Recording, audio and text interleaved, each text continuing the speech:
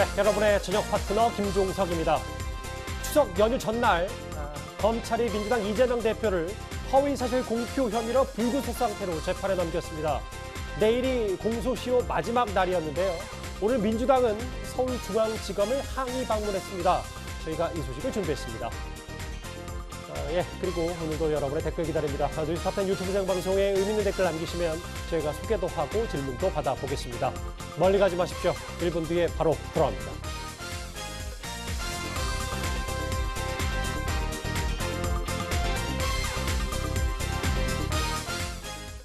오늘도 뉴스탑10이 자랑하는 뉴스 고수 네 분과 함께합니다.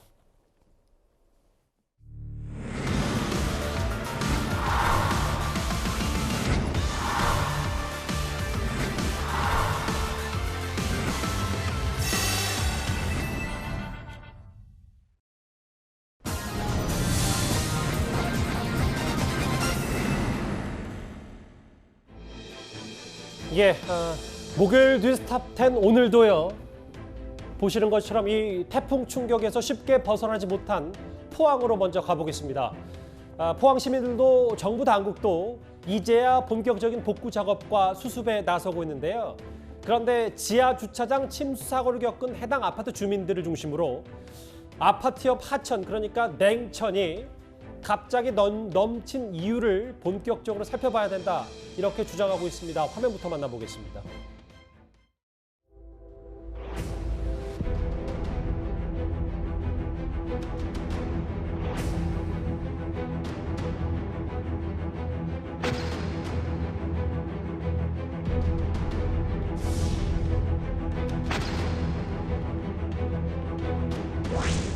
중학생 아들을 잃은 어머니, 부모님을 함께 잃은 그 자녀들, 늦은 나이에 결혼도 하지 않고 홀어머니를 극진하게 모시고 살아온 그 아들을 잃은 어머니, 이분들 어떠한 그 말로도 위로할 수 없다는 것을 느꼈습니다.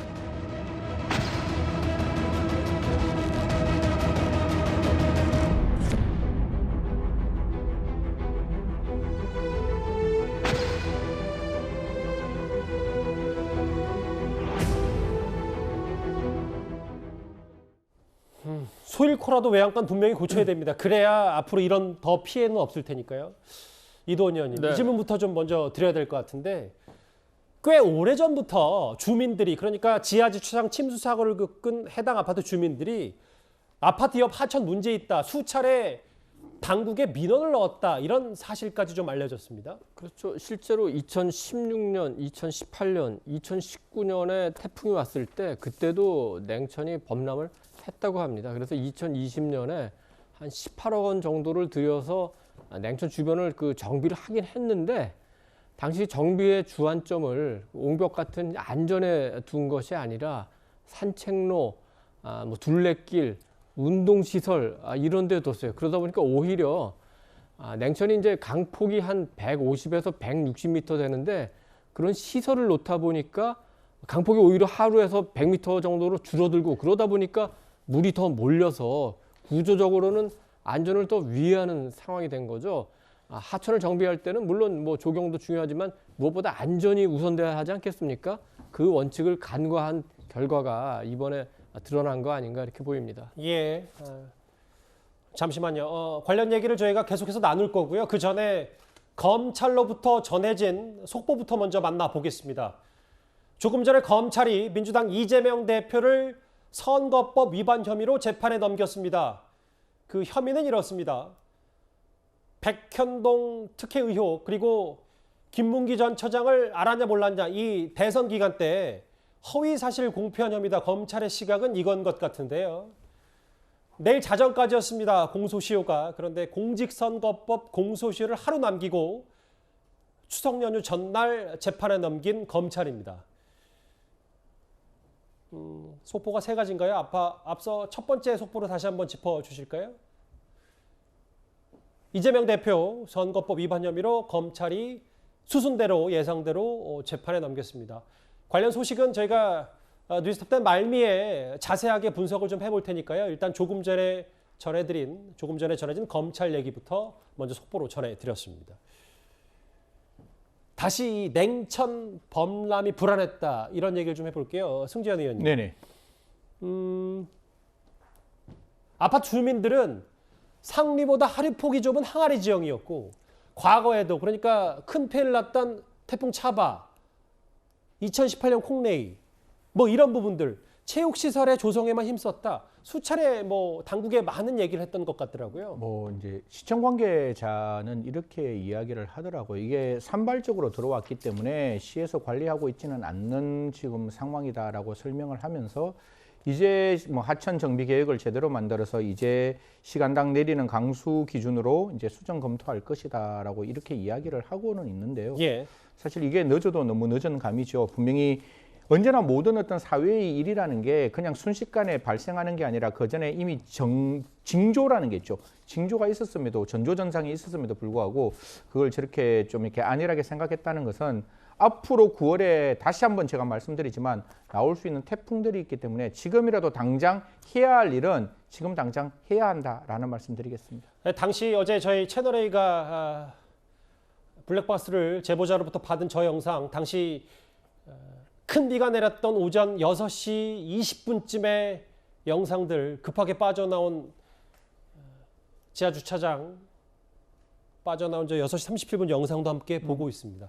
김주일 대표님. 예. 그래서 주민들이 얘기하는 게 다음 화면을 좀 볼게요. 과거에도 이런 범람 피해가 있었고 그런데 포항시청 관계자 얘기는 침수 민원 자체가 하나의 목소리가 아니라 면, 동 산발적으로 들어왔다.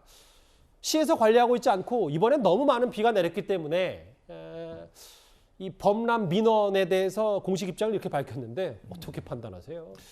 일단 시의 입장을 좀 대변해서 말씀드리면은 침수가 있기는 했지만은 그 피해가 어마어마하게 크지 않고 우려가 된다라고 산발적으로 들어왔다라고 한다면 이거를 좀 심각하게 받아들이지 않았을 가능성이 있습니다. 예. 이번 포항의 이 물난리는 이 제가 뭐 제 지인의 장인어른이 70년을 포항에서 살았는데 예. 이런 물난리는 처음이라는 거예요. 살면서 70년 동안 포항에 살았는데 그 정도로 이례적인 거는 맞는데 문제는 이제 이례적인 것이 이상의 일상화가 돼버린 거죠. 지금 시간당 예를 들면 서울 강남에서도 지난해 오세훈 서울시장이 시간당 95mm까지 강남 비 와도 막을 수 있다 그러는데 100mm, 110mm 내려서 이번에 또 침수됐잖아요. 그러니까 이것도 마찬가지라는 거죠. 그러면은 뭐 서해고 외양간 고치는 격일 수도 있겠지만 지금이라도 제대로 정비를 해서 그 정도 폭우가 오는 것까지 감안을 해가지고 하천을 넓힌다든지 강바닥을 좀 판다든지 이런 네. 걸 해야 되고 관리를 못한 부분에 있어서는 좀 더 뭐 감사나 이런 것들이 있어서 실제 어느 정도로 들어왔는지 그런 민원들이 그런 걸 좀 볼 필요는 있을 것 같아요. 뭐 물론 감당 못할 비가 왔기 때문에 시에서도 물론 어쩔 수 없는 부분이 있었다고 하더라도 민원이 산발적으로 들어와서 흩어져서 들어왔기 때문에 관리가 쉽지 않았다. 혹은 시에서 관리하고 있지 않다. 이 발언은 지금 포항 시민들에게 할 얘기는 또 아닌 것 같기도 해서요. 그러니까요. 좀 면피성으로 이게 조금 하찮은 민원이었다 이런 식으로 비춰질 수가 있는데 이 부분에 있어서는 좀 해명이 적절치 않았다고 봅니다. 그래서 예. 사실관계를 좀 더 확실히 파악을 하고 책임질 부분이 있으면 공무원들도 책임을 져야 되겠죠. 저렇게 수차례 주민들이 해당 당국에 목소리를 냈는데 이 냉천, 아파트 옆 하천에 대한 문제 제기는 꾸준히 있어 왔던 것 같습니다. 그리고 또 하나 더 있습니다. 아파트 지하주차장 입구에 차수벽 설치를 비롯해서 전면적인 매뉴얼, 그러니까 제도 정비가 시급하다는 의견도 많습니다. 지하 주차장에 폭우가 와서 침수가 되기 시작하면 걷잡을 수 없이 침수가 되는 거거든요. 도저히 우리가 대피할 시간이 없을 정도로 급작스럽게 침수가 되기 때문에 굉장히 위험하고 급박한 상황에서 이거는 위험하겠다 이걸 판단하기가 상당히 어려워요. 그냥 보수적으로 판단하고 빠져나오는 게. 차수파이라는 것은 빗물이 지하 주차장으로 들어가는 것을 막아주는 그런 용도예요. 아무리 막은다 할지라도 빗물이 들어가게 되는데 지금 현재 지하 같은 경우에는 그런 펌프 자체가 옛날 그 설계 기준으로 되어 있다 보니까 최근에 이런 국지성 어떤 집중호우 여기에 대해서는 실질적으로 또 설계가 안 돼 있는 상태거든요. 침수 방지 시설 부재했다. 배수 시설도 없었다. 매뉴얼 부재다. 이 매뉴얼 부재도 크긴 한데요. 근데 장혜철 평론가님, 이번에 가장 많이 거론된 단어 중에 하나가 바로 차수막, 물바지, 물을 막는 이 차수막.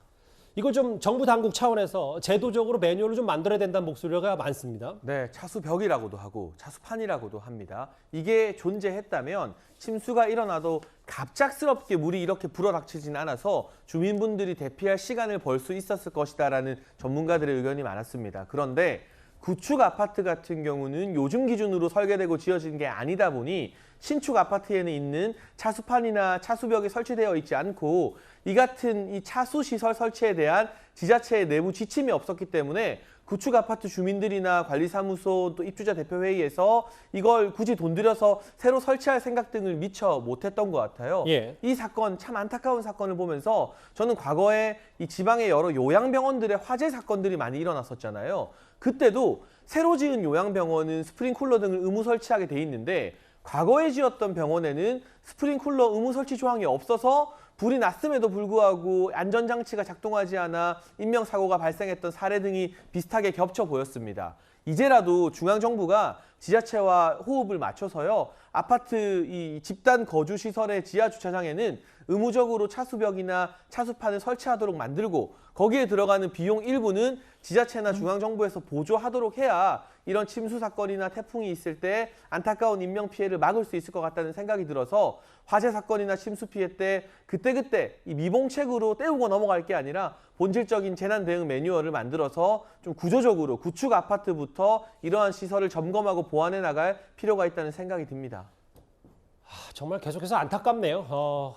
냉천 범람 위기 목소리를 좀 시당국이 더 귀를 기울였다면 또 차수판, 차수벽이 그 아파트 지하 주차장에 있었다면 두 가지 중에 하나라도 있었어도 이런 대형 침수 사고는 막을 수 있었을 텐데 정말 안타깝습니다. 앞서 제가 말씀드린 것처럼 지금 뭔가 아직 쉽게 포항 시민들은 충격에서 벗어나지 못했지만 오늘부터 본격적인 이 구조 작업과 복구에 지금 시작을 나섰는데요. 다음 화면을 볼까요? 근데 시민들의 힘은 좀 살아 있어서 헬스장, 미용실, 도자기 작업실 같은 이제 포항에 자영업을 하시는 분들이 우리 물 잘 나오니까 화장실과 샤워실 개방하겠다. 복구될 때까지 언제든 오셔라라고 했고 맘카페에서는 또 생수, 휴지, 아기용품 이런 것들 나눔합니다. 훈훈한 미담들이 좀 복구 작업에 많이 힘이 되고 있는 것 같아요. 그러니까 침수 피해를 당하면 우선 단전, 단수, 일상생활이 굉장히 힘들어지지 않습니까? 특히 이제 아이 키우는 집이라면 더 문제가 많은데 침수 지역 근처에 한 그 헬스장에서 예. 우리는 이제 흙탕물 나오다가 깨끗한 물 나오니까 혹시 집에서 샤워를 못 하시는 분 있으면 여기 와서 샤워하셔도 된다. 이런 글을 올렸고 한 미용실은 전 목욕도 못 하고 머리도 못 감으신 분 오시면은 저희가 머리 그 감겨드리겠다. 그리고 또 뭐 그 도자기 작업장에서도 우리가 할 수 있는 세면 시설 그 개방하겠다. 맘카페 같은 데는 같이 이제 아이를 키우니까 그 엄마들의 고충을 잘 알지 않겠습니까? 예. 그래서 생수, 휴지통, 아기용품, 뭐 기저귀 이런 거죠. 생필품 오면은 뭐 나눠줄 수 있다. 그리고 서로 연락이 되고 시간이 맞으면은 차가 침수돼서 움직이지 못하는 분들도 굉장히 많지 않습니까? 맞아요. 차도 태워드리겠다. 이렇게 훈훈한 시민의 정이 오가고 특히 어려울 때일수록 이렇게 시민의 정이 굉장히 중요한 것 같고 또 하나는 이제 그 관심 끌만한 것이 소방대원들이 지금 굉장히 고생하지 않습니까? 그렇죠. 예. 한 출동했던 소방관분이 이제 인터넷에 글을 올렸는데 거기에 굉장히 그 응원하는 댓글이 많이 달리고 소방관뿐만 아니라 포항이 이제 원래 해병대 사령부가 있고 이번에 이제 해병대 그리고 여러 군인들이 굉장히 또 고생을 많이 하지 않았습니까? 제대로 된 대민 지원을 좀 하고 그렇습니다. 있어요. 예. 그 우리 군에 대해서도 굉장히 응원하고 이런 분위기가 지금 형성되고 있다고 합니다. 정말 다 어려운 상황에서 이런 좀 소중한 정말 필요한 게 물이고 휴지고 아기용품이고 이런 텐데 훈훈합니다. 더 좀 같이 정부 당국 뭐 언론도 마찬가지고 포항 복구 작업에 뭔가 물심양면으로 힘을 좀 보태야 될 텐데요. 그리고 오늘 이 포항 지하 주차장 사고와 관련해서 엄마는 94일생 살았지만 끝내 돌아오지 못한 중학교 2학년 아들 그 학생의 입관식이 진행이 됐습니다.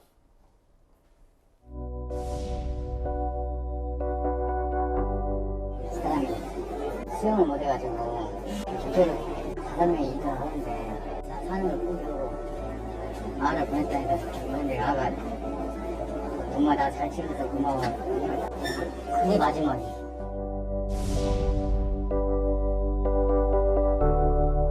어머니가 드라이브를 가자면 매일 따라가고 장도 보러 가자면 장 보는 것도 되게 도와주고 어디 놀러 나가자 하면은 어머니랑 같이 놀고 어머니 아프다 하면 뭐 다 사주고.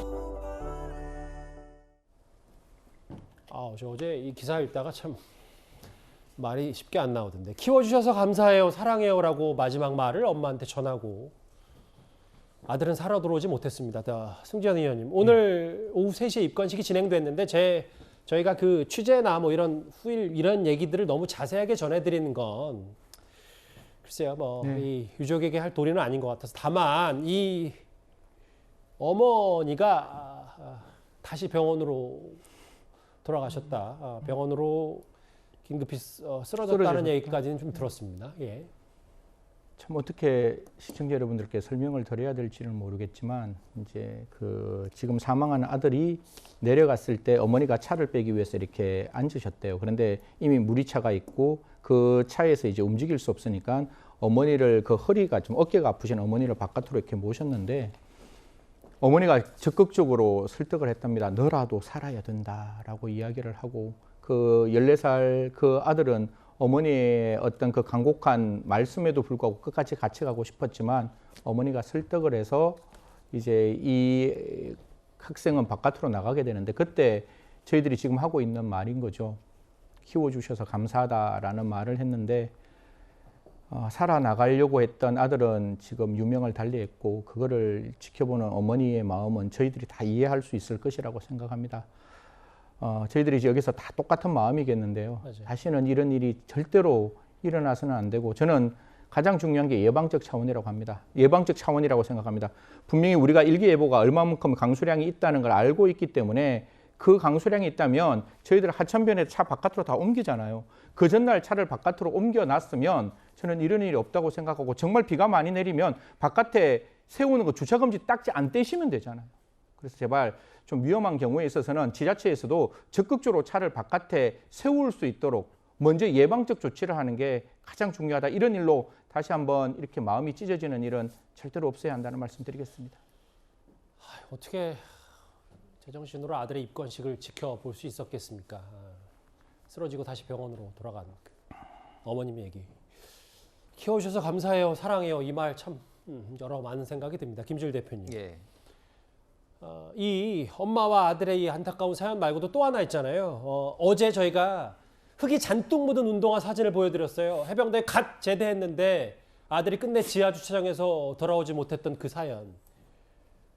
마지막 전화, 형 나 차 못 갖고 나가겠다. 형에게 경찰 헬기까지 급파해서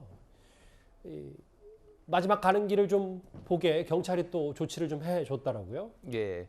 그러니까 지금 이제 배가 지금 다니기 힘든 상황이라서 원래는 어제 못 오고 이제 오늘도 올지 못 올지 이제 알 수 없는 상황입니다. 지금 사망한 서씨의 형은 지금 순경이에요. 그래서 지금 독도 경비대에 근무하고 있죠. 경비대에서 근무를 하고 있습니다. 그래서 경찰청에서 어제 오후 5시 22분쯤에 헬기를 급파를 해가지고 이제 포항으로 이동을 했다라고 합니다. 너무나 안타까운 사연이고, 예. 형의 차였다고 해요. 이 차가 자체가. 그래서 형의 차를 이제 빼서, 이제 형은 독도에 근무하고 있으니까 소유주는 형이었고 본인이 이제 사용도 하고, 그래서 형 차를 빼려고 하다가 이렇게 안타까운 사연이었고, 예. 이 사촌 언론에 이제 이 사망한 서 씨의 사촌하고 이제 인터뷰한 것도 나왔는데, 올해 4월에 취업에 성공하고 명절에 보자, 뭐 밥 먹자 이런 얘기까지 최근까지 나눴다고 합니다. 정말 뭐 개개인의 사연이 정말 너무 안타까워서 좀 말문을 잇기가 좀 힘드네요. 예. 형 차 못 갖고 나가겠다 이런 사연들. 일단 오늘 입건식도 있었고 이제 빈소를 지키는 많은 추모 물결들이 이어지고 있습니다. 윤석열 대통령이 오늘 본인 출근길에서 포항 지하 주차장 사고 이야기에 잠시 눈이 붉어지기도 했는데요. 그 화면도 저희가 준비를 했습니다. 어제는 이번 태풍에 가장 피해를 많이 입은 포항과 경주를 다녀왔습니다. 중학생 아들을 잃은 어머니, 또 부모님을 함께 잃은 그 자녀들, 또 또 늦은 나이에 결혼도 하지 않고 홀어머니를 극진하게 모시고 살아온 그 아들을 잃은 어머니, 이분들 어떠한 그 말로도 위로할 수 없다는 것을 느꼈습니다.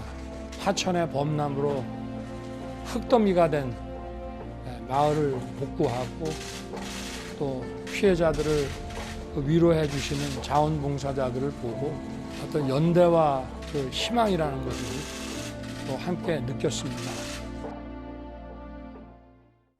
윤 대통령도 어제 현장을 방문하고 지금 여기 계신 분들 특히 저 똑같은 감정을 많이 느꼈을 겁니다. 그런데 오늘 대통령실이 이례적으로 입장을 하나 낸 게 있어요. 장혜철 평론가님. 여기 화면에 보니까 일부 이재명 대표의 강성 지지자들이 어제 대통령이 포항을 찾음으로써 복구가 지연됐다.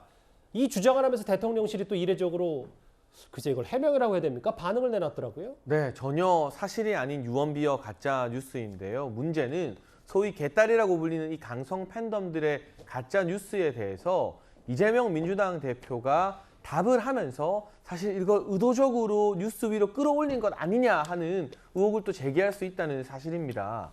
인터넷에 보면 별의별 가짜 뉴스와 유언비어 등등이 유포되고 있죠. 하지만 이 제1야당의 당대표가 여기에 굳이 답을 달면서 설마 아닐 것이다 하는 것은 이러한 뉴스가 퍼지길 원하는 또 다른 의도가 숨어 있었던 것은 아닌가. 그러니까 이 비극적인 사고와 수해 복구마저도 이재명 대표는 개딸들의 입을 빌려서 정부를 공격하는 용도로 수단으로 쓰려고 했던 것은 아닌가 대단히 개탄스러운 상황이고요. 예. 대통령이 직접 포항 현장에 가서 수해 복구도 체험을 하고 경험을 하고 그리고 그 과정의 여러 어려움을 알게 되면 당연히 지자체나 중앙부처에서 더 많은 지원과 더 많은 관심을 기울이게 되는 게 일반적인 일 아니겠습니까? 예. 가지 않았다면 가지 않았다고 비판했을 사람들이 가서 열심히 현장의 애로사항을 청취하고 많은 지원을 당부했다고 해서 또 가짜뉴스를 들먹이면서 이걸 비판한다? 그야말로 발목 잡기에 급급하다라는 생각을 지우기가 힘듭니다.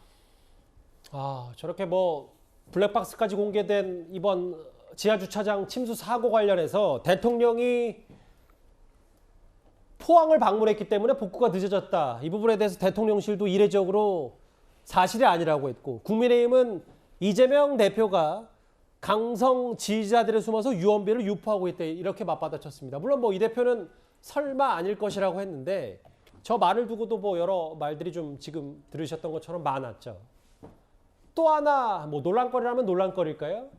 강성 지지자들이 이런 얘기를 했다면 다음 얘기는 청와대 전직 비서관이 주장한 이 얘기인데요. 이도훈 의원님. 네네. 지금부터 탁현민 전 비서관의 주장 사진을 한번 만나볼 텐데 대통령 참모들 일 열심히 해라라면서 저 문재인 전 대통령이 입었던 군용 점퍼와 윤 대통령이 입은 저 녹색 민방위복을 비교했습니다. 무슨 취지로 저 사진을 올린 겁니까? 글쎄요, 문재인 정권 분들은 정권을 잃고 나서야 국정 사안을 좀 세심하게 적극적으로 살펴보는 건가요?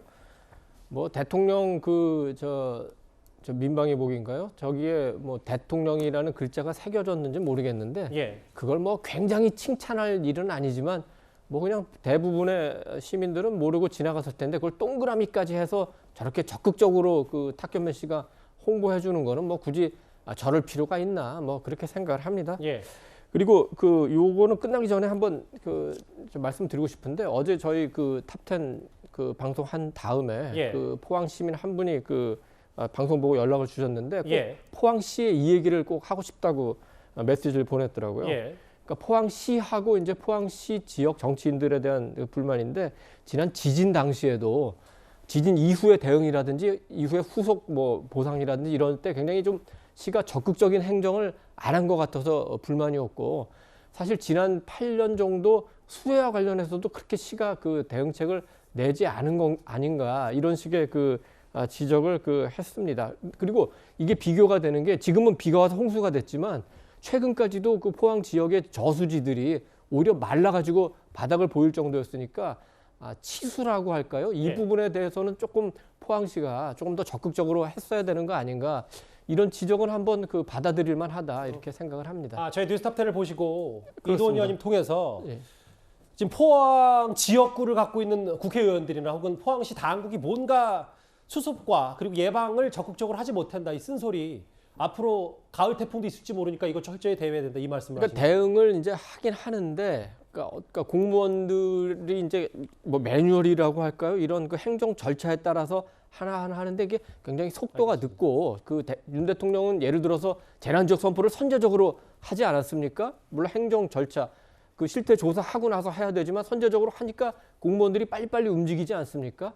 그러니까 포항시에서도 그런 운영의 묘를 좀 더 뭐 발휘했으면 어떨까, 뭐 그런 생각을 해봤습니다. 김주일 대표님, 아까 이도원 의원님이 말씀하신 탁현민 전 비서관의 지적, 이도원 의원님 뭐 이게 본질도 아닌데 이렇게 말단 지역적인 걸 갖고 물고 늘어지지 않는 취재 말씀하셨는데, 그러니까 탁현민 전 비서관의 취지는 좀 더 그 민방위복 녹색 민방위로 바꾸고 대통령이 현장을 직접 찾았으면 구색과 격식을 좀 더 갖춰야 대통령이 현장 방문한 거에 대한 여러 가지 국민들에게 메시지가 전해질 텐데, 어떻게 여기에 대통령이라는 이런 석자만 박혀 있는 게 뭔가 대통령으로서의 현장 방문이 무색해진 거 아니냐, 뭐 이 취지 얘기하는 거예요. 그럼 어떻게 받아들이세요? 그러니까 뭐 저는 굳이 뭐 문재인 대통령하고 윤석열 대통령을 비교를 할 필요는 없다라고 봅니다. 그냥 윤석열 대통령이 표차를 단 것, 이것이 뭐 적절했느냐, 보기 좋았느냐, 뭐 이것만 하면 되는데, 탁현민 비서관은 이제 전 정부 사람이니까 굳이 저렇게 정치적으로 해석을 한 것 같고, 그러니까 케빈 그레이 영국 석세스 대학교 국제관계학과 교수가 한반도 전문가예요. 영어로 이렇게 써놨습니다. 이제 해석을 하자면은, 저 사진은 이제 표찰 대통령이라고 써 있는 거 보고 윤 대통령은 대통령 명찰을 부착할 필요가 있다고 느낀 모양이다. 혹시라도 자기가 누구인지 못 알아볼까봐 이렇게 대통령 써 있는 걸 가지고 조금 뭐 비판을 했어요. 그러니까 뭐냐면은, 다른 어느 나라 대통령이나 수상도 이런 저런 뭐 재난 현장에서 대통령 이렇게 안 한다라는 거죠. 한마디로 얘기하면 이게 적절한 방송 용어인지 뭔데 좀 구리다는 겁니다. 한마디로 얘기하면. 적절하지 않은 방송 용어네요. 예. 그러니까 일반 용어로 쓰면은, 그러니까 저거는 그냥 적절하지 않다라고 뭐 대통령실에서 판단을 하면은 뭐 떼면 되는 거예요. 저거를 가지고 뭐 정쟁으로 할 필요도 저는 없다고 봅니다. 예. 근데 김준일 우리 대표님 비판에 의하면 대통령 명찰도 부적절하다 치면 거기다가 봉황 휘장 붙이는 건 더 부적절하죠. 그래서 이 수해 입은 곳에 가는데 봉황 휘장 안 붙여서 문제가 된다, 이렇게 비판하는 탁현민 전 비서관의 이런 말도 안 되는 SNS를 그 대통령 명찰을 비판한 외국 교수님이 더 준엄하게 꾸짖을 것 같고요. 지금 이 시급한 상황에서 이 수해 복구라던가 피해 지원에 모든 정치권과 공직자들이 전념해야 될 상황에서 옷에, 그것도 민방위복에 봉황 휘장 안 붙였다라고 국격이 떨어진다라고 말하는 것이 과연 우리나라 청와대의 전직 비서관 1급 공무원이 할 수 있는 말인지, 그런 모습 때문에 오히려 국격이 더 떨어지는 것은 아닌지 탁 전 비서관에게 묻고 싶습니다. 알겠습니다. 포항 가장 피해가 컸고 지금 현장 상황 수습 분위기 어떤지, 구조작업 분위기 어떤지, 이런저런 얘기들까지 다 정치권 이슈까지 만나봤습니다. 첫 번째 이슈는 여기까지고요. 지금부터는 12, 9위, 8위를 차례로 만나보겠습니다.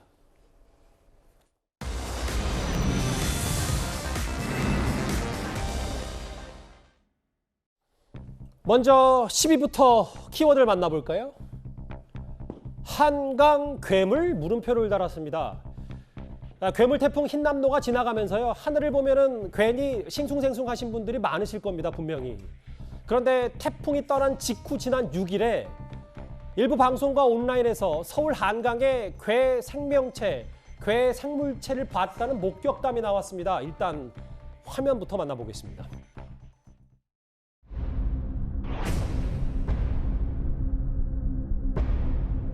저기 움직인다. 뭐해? 화면 잠깐만.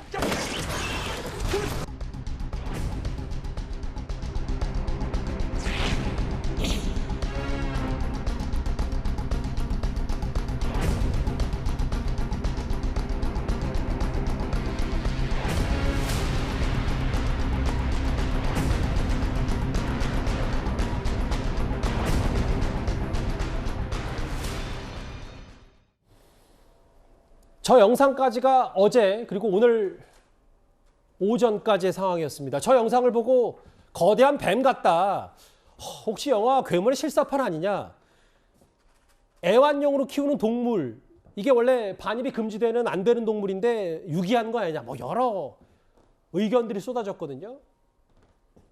그런데요, 저 영상이 촬영된 같은 시각에, 그러니까 정확히는 6일 저녁 6시 20분에 택시를 타고 반포대교를 지나가던 한 분이 있었습니다.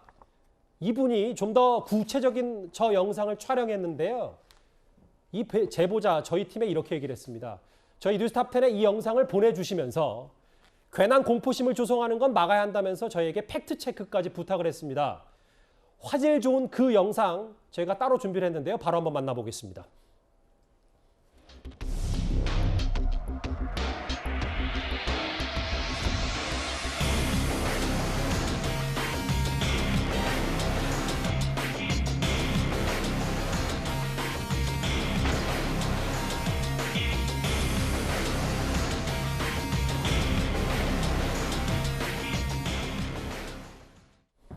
확실히 어제 공개된 영상보다 오늘 저희 뉴스탑10이 입수한 저 제보 영상이 훨씬 더 색감도 짙고 잘 보입니다.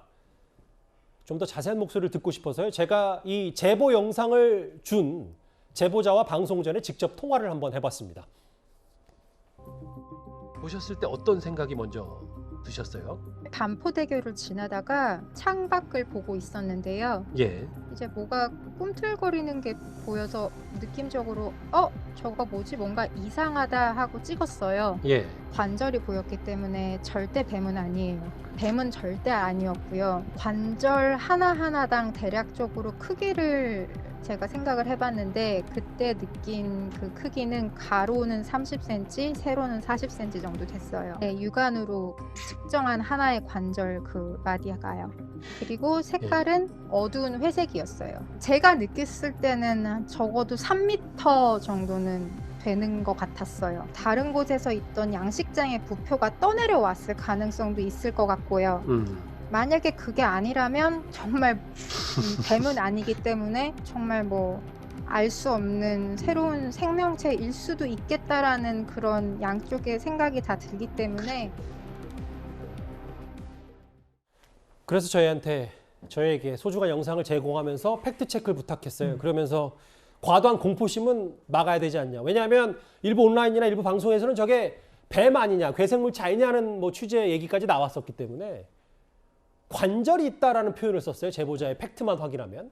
사실 저도 지금 저 영상, 어제 영상과 오늘 영상 보면 오늘 영상이 조금 더 이렇게 뚜렷하게 보이는데 사실 저도 몇 번 돌려봤지만 저도 확실하게 판단을 할 수는 없는 것 같아요. 근데 지금 저 시청자 여러분들 같이 영상 보시겠지만 중간중간에 매듭이 분명히 있었고 예. 그 매듭 사이에 저 물결을 타고 이렇게 내려오는데 저게 생명체일 수도 있지만 지금 앞에 볼 수 있는 부표일 수도 있다라는 거죠. 지금 이제 화면 CG에 나오고 있지만 부표라는 게 어떤 건가 하면 중간에 양식장 가두리를 칠 때 바깥에 이렇게 표시나는 어떤 그 띄워져 있는 물건인데 저게 중간에 이렇게 잘리면 저게 둥둥 떠내려오잖아요. 떠내려오는 과정 속에서 저런 모습을 보일 수 있다라고 이야기들이 나오고 있습니다. 물론 뭐 저희들이 아직 그 영상만 보고 무엇이다 확실하게 말씀드릴 수는 없지만 분명히 다시 한번 저 영상, 새로운 영상을 가지고 조금 더 확인해서 저게 과연 어떤 건지 전문가의 의견 다시 한번 청취하고 우리 앵커와 같이 다음 시간에 한번 더 좀 논의했으면 어떨까 싶습니다. 저 보면 외국 저희가 유튜브 영상까지 활용을 해서 저렇게 부표가 물론 저거는 이제 노란색, 빨간색 색깔이 있는 거니까 단순 비교는 어렵더라도 만약에 강이나 바다에 떠 있으면 부표가 저런 모양이 될 수 있다. 혹은 이 화면 네. 만약에 이렇게 굽이 뭐 이렇게 좀 굵게 뭐 S자를 그리면서 빠른 강물에 휩쓸릴 수 있다면 멀리서 촬영했어도 아마 비슷하지 않냐 뭐 이런 그렇죠. 정도. 예. 왜냐하면 어제까지만 해도 여러 억측들이 나왔으니까. 근데 저희는 오늘 조금 더 구체적으로 포착된 영상을 저희 갖고 있기 때문에 한번 여러 가지 비교들을 해봤어요. 근데 승현님이나 저나 이게 완벽한 전문가라고 할 수 없어서. 그렇죠. 예. 저도 영상이 그러니까 어제보다 나은 영상이지만 저 영상만 가지고도 무엇이라고 확실하게 말할 수 없기 때문에 좀 전문가들이 아까 제가 말씀드렸다시피 국민 여러분들 사이에 갑론을박이 있을 수 있으니까 조금 더 확인해 주시면 감사하겠습니다. 그래서 저희가 방송 전에 저희가 전문가가 아니기 때문에 이 부분을 그래도 좀 더 잘 알 수 있는 전문가에게도 저희가 입수한 제보 영상을 한 번 더 보여주고 판단을 한번 기다려봤습니다. 생명체인지 생명체가 아닌지 명확하게 일단 정확하게 판별은 불가능합니다. 예를 들어 생명체라면 형태적인 특징들이 드러나 있어야 되는데 그런 것들이 전혀 보이지가 않아서 정확하게 어떤 거라고는 딱 말씀을 못 드릴 것 같습니다. 충분히 가능성이 있어 보이고요. 이게 뭔지 명확하게 파악을 하려면 직접 현장에 가서 확인이 필요해 보입니다. 전문가도 어제보다는 좀 한 발 네. 좀 빼서 뭐 영상을 보니까 뭐 그 정도는 아니다라고 했으면 결국은 이게 확대 재생산되고 최근에 또 태풍 피해 있고 뭐 자연에 대해서 두려움도 많으니까 별의별 생각이 다 드실 수 있겠지만 부패일 가능성도 있고 물론 뭐 아예 배제할 수 없지만 어제만큼의 우려는 안 하셔도 된다. 이 정도로 그렇죠. 정리하면 예, 되겠죠. 그 정도로 정리하면 될 것 같습니다. 그러니까 생명체보다는 부패일 가능성이 조금 더 뚜렷하게 나왔으니까요. 시청자 여러분들 너무 걱정 안 하셔도 될 것 같고 지금 저 연구자뿐만 아니라 다른 사람들도 이 부분에 대해서 판단할 거니까요. 조금 더 지켜보면 좋겠습니다. 다른 쪽으로 확대 재생산 안 되었으면 좋겠다는 말씀까지 드리겠습니다. 그럼에도 저희 뉴스탑10 이 영상 보시고 또 갑론을봐 한 차례 있을 것 같은데 저희가 좀 더 나중에라도 새로운 소식을 알게 되면 또 집중적으로 말씀을 드리겠습니다. 다음 키워드는 9위 박송 씨 얘기를 해요. 박송 씨가 구속 위기라는 얘기는 아닐 텐데 지금 박송 씨가 친형과 법적 다툼을 벌이고 있는 건 잘 알고 계실 겁니다. 그런데 검찰이 이 박송 씨의 친형에게 사전 구속영장을 청구했습니다.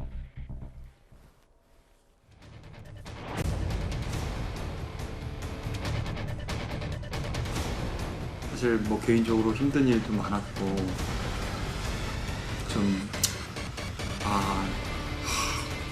다홍이가 정말 저한테 큰 위로가 되고 다홍이 보면은 막 힘들었다가도 정말 위안이 되고 웃게 되고 열심히 살아야 되는 이유를 갖게 되는 것 같습니다.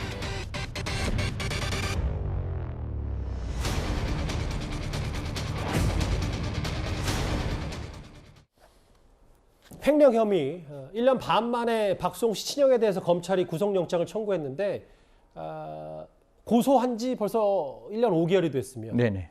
횡령, 출연료 정산 미이행, 세금과 비용을 전가했다 본인에게. 이 정도면 검찰이 친형에 대해서 여러 가지 혐의를 특정했다 볼 수 있는 거예요. 뭐 구속영장이라는 게 사전 구속영장이라는 게 어떤가 하면 체포나 긴급체포 없이 그냥 수사받는 과정에서 그냥 구속영장을 청구하는 건데 예. 구속영장을 청구할 때는 범죄의 소명이 있어야 되고 구속을 할 수 있는 상당한 이유가 있어야 되는데 적어도 사전 구속영장이 청구되었다는 것은 검찰의 입장에서는 적어도 범죄의 소명은 되었다라는 점과 그다음에 뭐 범죄의 중대성, 재범의 위험성, 주요 참고인 등의 위해의 우려를 통해서 도망하거나 도망할 우려, 증거인멸의 우려가 있으면 이제 구속영장 청구에서 구속영장이 발부될 것이고 만약에 저러한 상황 속에서 다툼이 있다면 구속영장이 기각될 수도 있으니까요. 적어도 검찰의 시각에서는 범죄 소명과 그런 구속 사유가 있다라고 판명했지만 앞으로 이제 구속영장 실질 심사를 통해서 어떠한 결론이 나올지는 조금 더 지켜봐야 한다는 말씀드리겠습니다. 물론 뭐 말씀하셨던 것처럼 검찰의 시각이니까 뭐 구속영장이 청구되더라도 어떻게 또 법원이 판단할지 지켜봐야죠. 그렇죠. 근데 이 검찰의 시각, 뭐 형사사건 말고 사실 박송 씨가 민사소송까지 제기했었잖아요. 86억에 대해서. 사실 86억이라는 금액으로 민사소송을 제기했는데 나중에 확인해 보니까 청구 취지 변경이라 그래가지고 30억이 더 늘어났는 거예요. 그래서 보시면 아시겠지만 116억으로 민사소송까지 제기되었고 사실 민사소송 제기는 이 형사소송에서 굉장히 많은 영향을 미칠 거예요. 그렇기 때문에 사실상 형사소송이 어떻게 나느냐에 따라서 민사소송의 결과도 달라질 수 있고 아마 저는 모르겠지만 아마 소송 절차는 이렇게 될 겁니다. 민사소송의 재판장은 혹시나 사건을 형사사건과 더불어 어떻게 결론이 나는 데까지 이 민사소송을 조금 중지할 수도 있고 아니면 여기에서 충분히 변론주의에 따라서 재판을 진행할 수도 있는 알겠습니다. 가능성이 열려 있으니까요. 이 또한 한번 우리가 지켜봐야 한다. 아직까지는 누가 어떻다라고 단정짓기는 조금 어렵다는 말씀까지 함께 드리겠습니다. 그럼에도 검찰은 일단 친형에 대해서 사전 구속영장을 청구했습니다. 마지막 키워드 볼까요? 8입니다. 영상을 보면 꽤 눈에 띄는데 이른바 소림김치. 한 중국의 유튜버 영상이 국내에서 꽤 논란이 되고 있습니다. 바로 한번 영상으로 만나볼까요?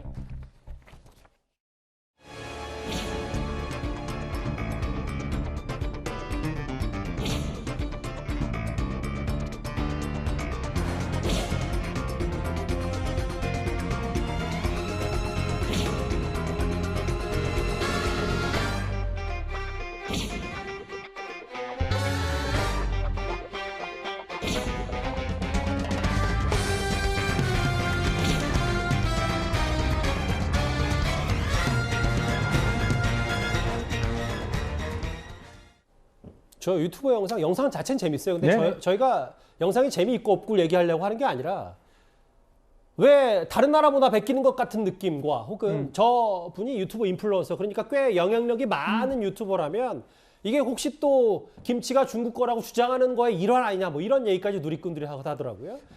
저 앵커 한 가지만 물어볼게요. 이게 앵커가 하셨으면 대답할 수 있는데 김치를 담그어 보셨어요? 네. 그럼 김치 담글 때 우리가 어떻게 하는가 하면 제일 처음에 절이잖아요. 그렇죠. 절이고 짜고 그리고 그게 양념 넣고 그리고 한 포기씩 이렇게 쟁긴다 그러잖아요. 맞아요. 채우는데 혹시 그 김치 드실 때 양념 안에 새우젓 혹시 넣으시나요? 상당히 디테일하게 질문하시는데 예, 넣습니다. 예. 이게 파우치 그러니까 그 중국 김치와 한국 김치의 차이점이에요. 뭔가 하면 동물 젓갈을 넣으면 대한민국 거. 동물 젓갈 없으면 이제 중국 김치가 되는데 사실 지금 같은 경우에서는 대한민국 김치를 만드는 그거와 동일한 정도의 모습이고 저 한복도 사실 대한민국에서 약간 개량 한복과 같이 되어 있는 모습인데 제일 갑자기 뒤에 있는 중국 이제 인플루언서가 그걸 의도하고 했는지는 모르겠지만 저런 모습이 보이니까 아니 대한민국계 왜 중국으로 전해져가 있는 거지? 라는 생각에서 갑론을박이 지금 이어지고 있는 겁니다. 한강 괴물 뭐 얘기부터 이 소림 김치 얘기까지 사건 사고 소식 승재현 위원과 함께했습니다. 이 부분 여기까지고요. 다음 주제 본격적으로 정치권 이슈 가보겠습니다.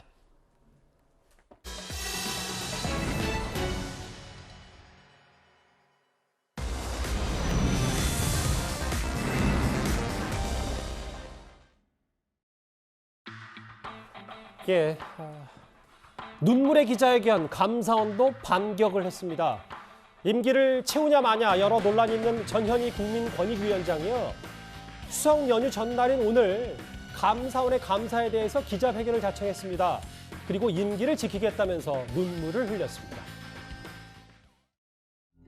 감사원은 신상 털기식 불법 감사를 즉각 중단할 것을 감사원에 강력히 촉구하기 위해서 이 자리에 섰습니다. 3주간의 실질 감사 기간 동안 먼지 털기식 감사에도 불구하고 위원장에 관한 특별한 위법성 문제점을 발견하지 못하자 감사 기간을 2주간 연장한 바 있습니다.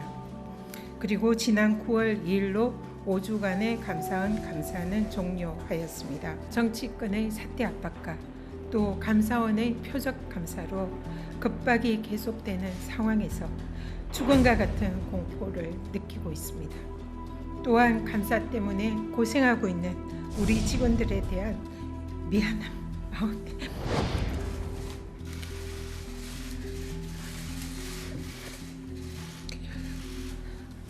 죄송합니다. 하루에도 몇 번씩 이 길을 계속 가야 하는지 스스로에게 묻곤 합니다. 감사원의 이번 감사의 의도인지 뻔히 알면서도 말입니다.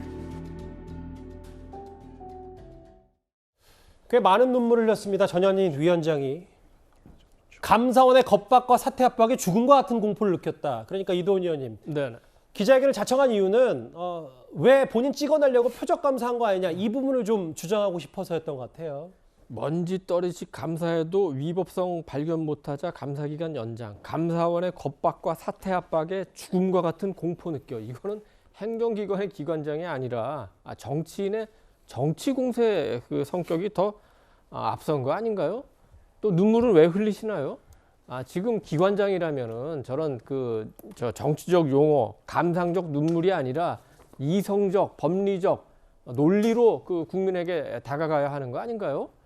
지금 그 전현희 그 위원장 본인이 오전에 출근하는 게 아니라 오후에 출근하는 날이 너무 많았다 이런 지적을 받고 있고 또 그 전현희 위원장을 가까이서 그 모시는 부하 직원들이 여러 가지 그 비리 관련된 의혹이 있어서 지금 감사를 받고 있는데 저렇게 그 정치적으로 대응한다는 거는 그 부적절한 것 같고 지금 그 국민권익위원장은 이제 위원회로 돼 있지만 사실은 이제 국무회의에도 참석할 수 있는 사실상 행정기관의 역할을 하고 있는 겁니다. 그렇다면 정권이 바뀌었다면 우리 전현희 위원장이나 이제 한상혁 방통위원장 이런 분들은 지난 정권에서 정치적으로 임명된 분이고 특히 전현희 위원장은 민주당 의원도 하시지 않았습니까? 그렇다면 당연히 그 윤석열 정권이 들어왔으면 거기에 맞는 인물이 다시 자리를 차지할 수 있도록 물러나 주시는 게 도리죠. 그렇지 않고 저렇게 하는 거는 굉장히 염치가 없는 일이다. 그렇게 생각하고 예. 정치인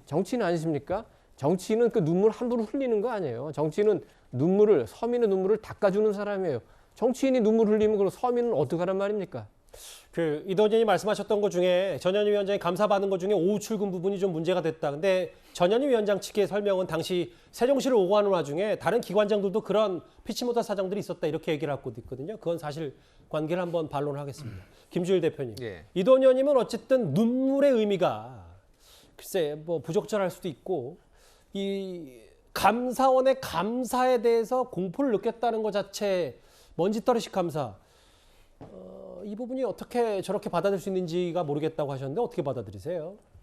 일단 권익위 같은 경우에는 지난해 3월에 이미 감사를 받았어요. 그래서 이렇게 감사가 특별 감사거든요. 이게 그래서 5주 동안이나 이제 이어진 거라서 이거에 대해서 특별히 이제 전 정권에서 임명된 기관장의 기관에 대해서 집중적으로 감사를 하고 있다 이런 의심의 눈초리를 지울 수 없는 것도 사실입니다. 왜냐하면은 방송통신위원회 지금 한상혁 위원장이 있는 뭐 여기에도 지금 감사가 진행됐고 뭐 기타 등등 여러 기관들이 공교롭게도 다 전 정권 그 기관장들이 자리를 지키고 있는 곳이에요. 그러면은 이제 제가 말씀드리고 싶은 거는 이게 동일한 패턴입니다. 다 뭐 법과 원칙에 따라 말씀하는데 왜 그런 공교로운 일들이 다 벌어지고 있고 또 하나는 그렇다라고 한다라면은 만일 예를 들면 그런 거예요. KDI 같은 경우에는 홍장표 이제 원장이 물러났잖아요. 그때 소득주도 성장과 관련해서 전 정권에서 이런 걸 주도하는 사람이 KDI에 있는 거는 맞지 않다라고 그 국무총리가 얘기를 해서 물러났어요. 그것도 부적절하다 논란이 있었지만은 그거는 이해를 할 수가 있습니다. 왜냐하면 경제 정책의 방향에 대해서. 알겠습니다. 근데 국민 권익하고 전 정권, 이 정권하고 뭐 국민 권익을 하는데 뭐가 차이가 있습니까? 지금 뭐 이동훈 의원께서는 모렴치까지 말씀을 하셨는데 이렇게 압박을 하는 것 자체가 모렴치죠. 지금 전 정부에서 이를테면 뭐 환경부 블랙리스트 이거 가지고 얼마나 지금 국민의힘에서 뭐라고 했습니까? 그런데 알겠습니다. 이거는 글쎄요, 뭐 국민들이 판단하시겠죠. 그런데요, 감사원은 전현희 위원장 기자회견 직후 정확히는 6분 만에 입장문을 하나 냈습니다. 그 전에 과거 감사원 사무총장의 목소리 잠시 듣고 오겠습니다. 지금 감사원이 중립성과 독립성, 전문성에서 심각한 훼손 또는 역량의 약화가 있다라고 생각하시는 거죠? 지금 오히려 바로 잡아가고 있다고 생각하고 있습니다. 중요하고 민감한 감사 같은 경우는 뭐 구체적으로 여기서 감사명을 거론하지는 않겠습니다만 외부적 요인도 많이 넣겠습니다. 감사를 지하다 보면 정상적인 길을 갈 수가 없을 정도로 압박을 하기 때문에 어려움이 많아서 특정 감사 사항에 대해서는 외부적 그 5만 가지 그런 너저분한 압력도 있었다고 분명히 말씀드렸고요. 지금 정부에서의 무슨 압력은 제가 받아본 적이 없습니다. 감사원의 얘기는 크게 두 가지입니다. 첫 번째, 감사 기간을 왜 연장했냐. 전현희 권익위원장을 비롯해서 부하 직원들이 병가를 내면서 감사를 지연시키고 감사에 순순히 응하지 않았다. 자를 비워서 조사를 제대로 못했다. 이 이유를 바로 6분 만에 입장문으로 대신했고요. 다음 화면 또 있습니다. 또 감사원이 여러 얘기를 들여다봤더니 일부 부하 직원의 출장비 횡령 의혹이 드러났다. 글쎄요, 뭐 임기를 채우고 말고의 문제는 잠깐 차치하더라도 감사나 감사 결과 전현희 위원장의 밑에 직원들이 뭔가 출장비를 횡령했거나 혹은 고의로 감사를 지연시켰다면 이건 문제 아닌지 노 교수님은 어떻게 보세요? 글쎄 감사원과 국민권익위원회 대표적으로 공신력 있는 기관 아닙니까? 예. 근데 이 두 기관에서 이렇게 다툼이 있고 또 국민권익위원장은 눈물을 흘리면서 기자회견을 하고 또 바로 감사원이 반박을 하고 이런 거 그건 참 어리둥절하네요. 진실을 모르기 때문에 뭐가 맞다고 지금 얘기할 수는 없습니다. 그런데 이렇게 오랫동안 감사를 해서 만약 저런 위법 사실이 드러났다. 그러면 보통의 경우는 징계 청구를 하든지 아니면 뭐 위법 사실이 심각하면 뭐 수사 의뢰하든지 그런 거 아니겠습니까? 예. 뭐 그렇게 처분을 하든지 2주 동안 감사했는데도 아무것도 드러나지 않았다. 더 감사해야 한다면 사실은 좀 감사원이 좀 직무상으로 좀 능력이 뭐 부족했다고 봅니다. 노 교수님께 또 다시 한번 반론하자면 네. 감사원은 조사 당사자들이 병가 처리됐기 때문에 휴관했기 때문에 조사를 제대로 못했다라고 하거든요. 저도 좀 보니까 국민권익위원회에서는 예. 이미 그 해당 직원은 감사가 끝났고 감사 사실을 인정하고 뭔가 사인까지 다 했다는 거 아니겠습니까? 예. 그러니까 제 말은 너무 양 기관의 의견이 얘기가 다르다는 얘기입니다. 똑같은 얘기를 놓고. 팩트는 하나일 텐데. 그러니까 말입니다. 그러니까 좀 어느 것도 판단하기 어렵다는 그런 얘기입니다. 그런데 누구나 다 알다시피 이 본질은 결국 정권 교체에 있다는 거 아니겠습니까? 지난 정권에서 대통령이 임명했는데 예. 정권 교체가 됐는데도 불구하고 기관장이 버티고 있다. 그것 때문에 일어난 일 아닙니까? 그러니까 만약에 이제 대통령제에서 저는 원칙적으로 이런 기관장들, 정무직 공무원들과 대통령 임기를 일치해야 한다고 생각을 하는데 그러나 지금 임기보장법 때문에 그런 게 있습니까? 지금 여야가 모두 의견하는 것은 대통령의 임기와 정무직 공무원들의 임기를 일치시키자. 법 개정까지 지금 발의됐다고 하는 거죠. 그러니까 빨리 여야가 조금 마무리해서 이 부분은 다 합의해서 정치적으로 마무리하는 게 옳지 않나요? 너무 이렇게 볼썽사나운 부분이고 다시 한번 말씀드리지만 감사원은 헌법기관이고 국민권익위원회는 국민권익을 지키기 위한 특별법에 의해 만들어진 기관입니다. 이렇게 서로 갈등을 빚고 그냥 놔두는 것은 결국 여야 모두 책임이 있고요. 바람직하지 않은 일이라고 생각합니다. 출장비 횡령 의혹이 있다. 감사원의 얘기. 아니다. 반대쪽 입장은 이렇습니다. 증빙자로 다 될 수 있다. 그런데 현재는 병가를 냈다. 말이 안 된다라고 얘기를 하고 있어요. 글쎄요. 많이 엇갈리네요. 감사원의 주장에 따르면 이 감사를 무마하기 위한 공문서 조작 의혹까지 지금 불거지고 있다는 거 아니겠습니까? 그리고 본인이 최종 확인서를 낸 그 A 직원의 확인서 낸 감사는 전현희 위원장 업무와 관련된 것이고 그와 무관하게 수백 건의 출장에서 기차표나 비행기표를 예매했다가 그 출장비를 보전받고 표를 취소하는 방식으로 이 횡령이나 배임 등의 어떤 의혹들이 적용될 여지도 있다고 보는데 정작 본인은 10일 가까이 병가를 내면서 현재 감사, 개인 비위와 관련된 감사에는 응하지 않고 있는 상태입니다. 2주 중에서 10일을 병가 냈는데 당연히 감사를 연장할 수밖에 없다라는 주장에 저는 명분이 조금 실리고 있는 것 같고요. 국회 차원에서도 우리 노 교수님 말씀처럼 하루빨리 대통령 임기와 주요 공공기관장이나 정무직 임기를 맞추는 법안을 좀 통과시켜야죠. 이번 정기국회에서 주요 안건으로 다뤄줘야 된다고 봅니다. 하지만 일정 부분 정치권의 관행이라는 것이 있는데 언론 보도에 따르면 권익이나 이 방통위뿐만이 아니라 주요 공공기관에 문재인 정부 임기 말에 정말 많은 낙하산 인사들을 알박기 해놨다는 거 아니겠습니까? 박근혜 정부의 임기 말 인사에 대해서 낙하산이다 알박기다 하면서 각 부처마다 적폐청산 TF 만들어서 다 끄집어냈던 그 문재인 정부에서 임기 말에 보란듯이 낙하산 알박기 인사를 이렇게 우수수 강행한 게 지금과 같은 불행한 사태의 근본적인 원인이 아닐까 싶습니다. 일단 오늘 기자회견을 자청한 전현희 국민권익위원장 절대 물러나지 않겠다고 했는데 앞으로 논란은 더 커질 것 같습니다. 이번 주제는 여기까지고요. 지금부터 집권 여당과 제1야당의 여러 논란거리들을 하나하나 만나보겠습니다. 먼저 국민의힘입니다.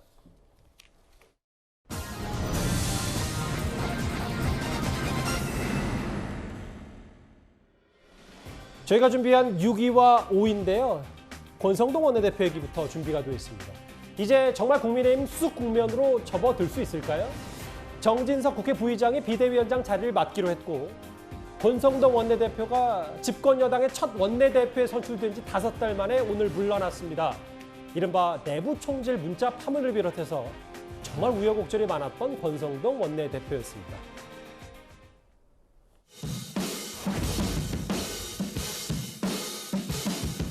끊었던 담배까지 다시 피게 만들더라고. 권성동 원내대표를 비롯한 당의 요청을 제가 계속 거절할 수가 없는 그런 상황이 되어서 제가 비대위원장을 수락을 하게 되었지만 어쨌든 공적 사명과 책임을 다한다는 그런 각오로 임하도록 하겠습니다. 저는 사퇴의 뜻을 굳힌 지 오래되었습니다. 당헌 당규 개정과 새로운 비대위 전환을 위해 원내대표로서 해야 할 일이 있었기 때문입니다. 사퇴가 너무 늦었다는 비판 역시 겸허하게 받아들입니다. 장재원 의원과 마찬가지로 윤석열 정부에서 어떤 공직도 맡으실 생각 없으신지? 저는 지금 지난 대선 때부터 오늘까지 쉼없이 달려왔습니다. 당분간 좀 쉬면서 제가 당과 나라를 위해서 정치인으로서 어떤 역할을 할 것인지에 대해서는 앞으로 천천히 생각할 그런 계획입니다. 권성동 원내대표 오늘 2시에 물러났어요. 그 이도원 의원이. 네. 윤핵관 중에 윤핵관으로 불렸던 장재원, 권성동 두 사람이 일단 표면적으로는 일선에서 물러난 모양새가 됐기 때문에 이제 내용 국면이 좀 수습이 되는 겁니까? 어떻게 보세요? 뭐 새로운 출발에 이제 중요한 그 계기는 됐죠. 권성동 뭐 원내대표 뭐 그동안 고생하셨지만 사실은 또 논란이 많지 않았습니까? 건수한박법 덜컥 합의해가지고 결국은 그 번복하는 소동을 벌였고 대통령실 인사 관련해서 9급 7급 논란이 우리 젊은이들에게 얼마나 또 가슴에 상처를 줬고 또 그 대통령으로부터 받은 문자를 뭐 의도인지 아닌지 어쨌든 공개되는 바람에 또 당 내분에 사실상 또 중요한 또 계기 중에 하나가 된 것은 사실 아니겠습니까? 그러니까 결자 해지 차원에서 물러나고 이제 새로운 원내대표를 뽑고 또 마침 당도 이제 새로운 비대위를 구성했으니까 새로운 출발. 물론 이제 임시적이고 중간 단계입니다. 결국은 전당대회 열어서 새로운 지도부를 구성해서 윤석열 정부와 국민의힘이 당정이 힘을 합쳐서 어려운 민생 그 이끌어가기를 많은 국민이 기대할 텐데 아직까지는 그 과정에 있고 어쨌든 그 과정에서 권성동 원내대표가 어쨌든 스스로 물러난 것은 올바른 선택이었다 이렇게 생각합니다.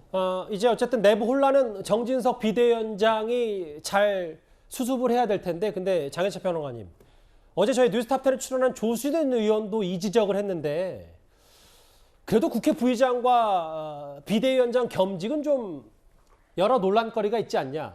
최근에 국민의힘이 정청래 최고위원 가리켜서 왜 과방위원장과 겸직하냐.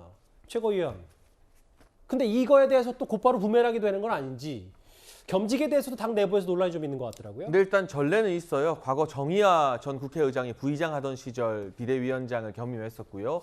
또 박주선 전 국회 부의장도 현직일 때 바른미래당 비대위원장을 겸임하는 등의 어떤 국회법상의 전례가 있다고 합니다. 이게 또 국회의 어떤 법조항으로 강제되는 것은 아니고 다만 이 주요 당직과 이 어떤 국회의 어떤 중요한 직을 동시에 맡지 않는다는 것은 당 밖에서 비판하기보다는 당 내에서 비판받을 문제인 거예요. 근데 지금 국민의힘 비대위원장 같은 경우는 정진석 비대위원장도 말하는 것처럼 독배라는 단어로 평가하지 않습니까? 예. 정말 어려운 시기에 누구도 선뜻 나서고 싶어 하지 않을 때 정진석 비대위원장이 책임감을 가지고 어려운 일을 맡았기 때문에 국민의힘 의원 내부에서 당 내부에서 이 겸직에 대해서 문제 제기하는 사람이 거의 없습니다. 다만 민주당 같은 경우는 잠시만요. 아까 말씀드렸다시피 조수진 의원도 겸직에 대해서는 좀 부적절하지 않냐라는 시각을 어제 피력을 했었거든요. 극소수라고 제가 표현하겠습니다. 거의 없습니다. 아마 이 5손가락을 넘지 않을 겁니다. 왜냐하면 이게 뭔가 특권으로서 지금 비대위원장 자리를 맡는 것이 아니라 어려운 자리에 책임진 의미로서 맡는 것이기 때문이죠. 반면 상임위원장 자리 같은 경우는 보통 삼성급의 중진 의원들이 서로 배분해가면서 하지 않습니까? 경력도 쌓고 경험도 하게 되고 그런데 수석 최고위원과 이 가방이 상임위원장을 겸임하는 문제에 대해서는 국민의힘이 비판하는 주된 포인트는 공정하게 상임위를 운영하지 않는다는 것이고 이 겸직에 대해서 민주당 내부에서 오히려 부글부글 끓는 울분의 목소리가 많다라고 언론 보도가 나오고 있기 때문에 정청래 위원장이 정진석 부의장 들이댈 것이 아니라 본인이 직접 지금 불만 가지고 있는 삼선 의원들 잘 다독이면 될 문제라고 생각합니다. 뭐 극소수라는 표현을 쓰였지만 또 아까 보도 내용 인용했으니까 또 다른 측면에서는 또 글쎄요, 뭐 김웅, 허우나 뭐 이런 의원들 또 이 정진석 체제를 반대하는 얘기도 있어서요. 이도원 의원님. 가처분 부의장 그 겸직 문제는 아마 그 자연스럽게 그 정리될 가능성이 크다고 봐요. 일단 이제 오늘 이준석 전 대표가 그 정진석 위원장에 대해서 가처분 제기하지 않았습니까?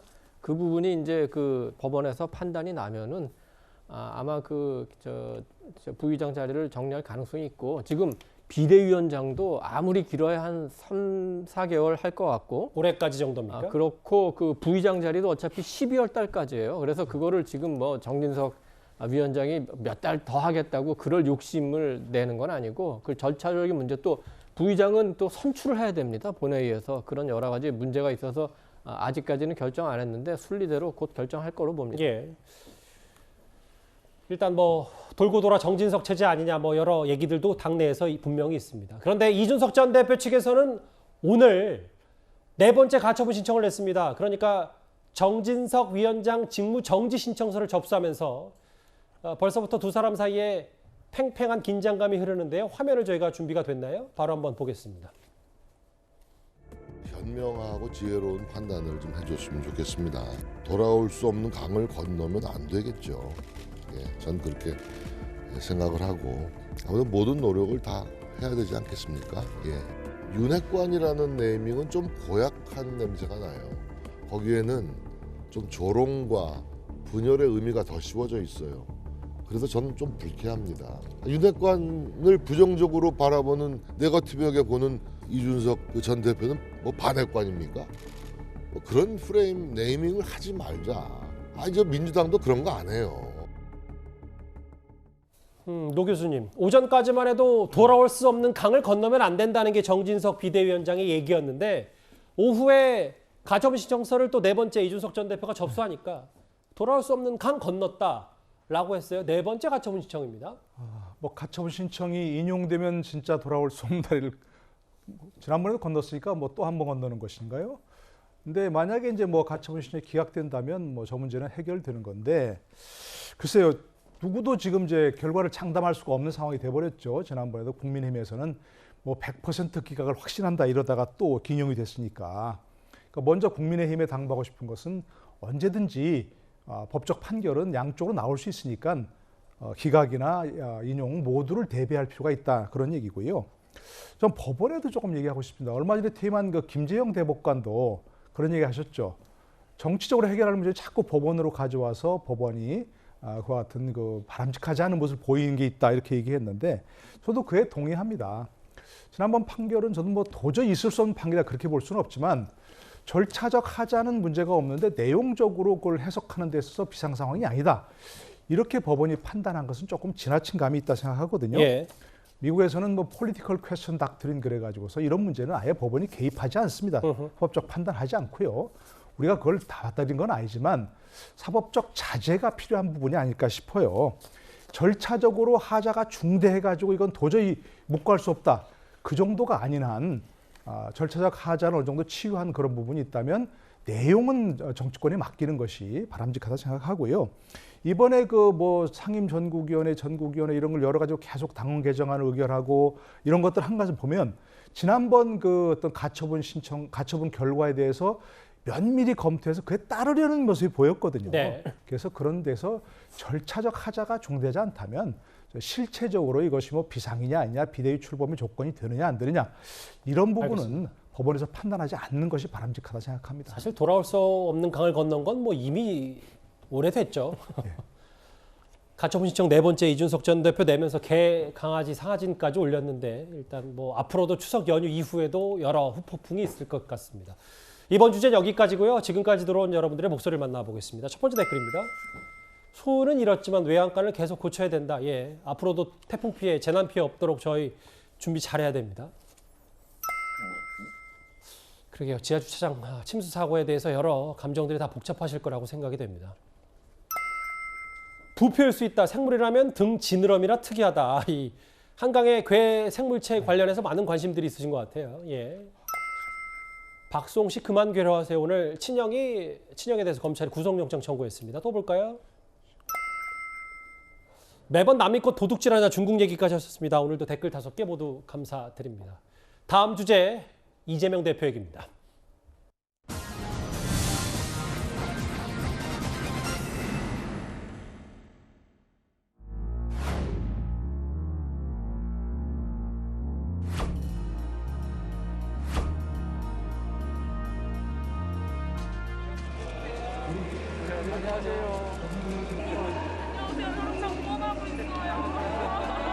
잠시 일상의 어려움을 잊고 따뜻한 추석 보내시길 바랍니다.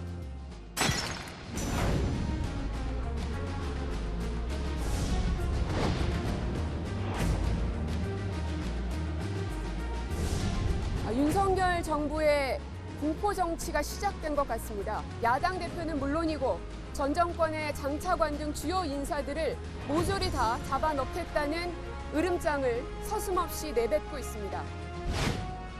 검사, 그대들이 배우고 익힌 정의라는 관점에서 지금 벌이고 있는 이 추잡한 사냥이 올바르다고 보는 겁니까?